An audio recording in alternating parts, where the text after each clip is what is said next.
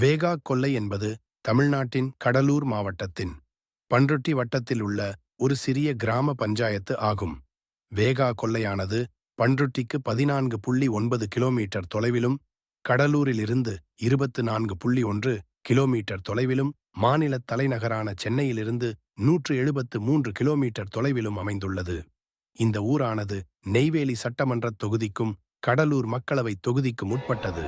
சிவப்பான் முப்புற அரக்கர்களை புன்னகையால் எரித்த திருவதிகை பகுதியில் உள்ள மண் எரியுண்டு வெந்த மண்ணாம். அதனால் அம்மண் சிவப்பான செம்மண்ணாக இருக்கிறது. திருவதிகை பகுதிதான் எரியுண்டு வெந்ததே தவிர வேகா கொல்லை பகுதி எரியுண்ணவோ வேகவோ இல்லையாதலின் இங்குள்ள மண் வெள்ளை மண்ணாயிருக்கிறது. இந்த கதைக்கு ஏற்ப இந்த ஊரில் மண் எடுத்து செங்கல் சூளை போட்டால் பாதி கல்லே வேகும், பாதி வேகாது. சூளைக்கு வேகாத மண் உள்ள பகுதி வேகா கொல்லை என்று ஆனது. இங்கே ஒரு சிவன் கோயில் உள்ளது. திருவதிகையில் முப்புற அரக்கர்களை எரித்த இறைவன் இங்கே வந்து களைப்பாரினாராம். களைப்பாரிய இடம் களைப்பாரிய குழி என அழைக்கப்பட்டது. இது களப்பா குழி என இப்போது கொச்சையாக மருவி வழங்கப்படுகிறது. இங்கே எழுந்தருளியுள்ள சிவன் பெயர் களப்பாணிசன். இப்பெயர் களைப்பாரிய ஈசன் என்னும் பெயரின் மருவு எனச் சொல்லப்படுகிறது.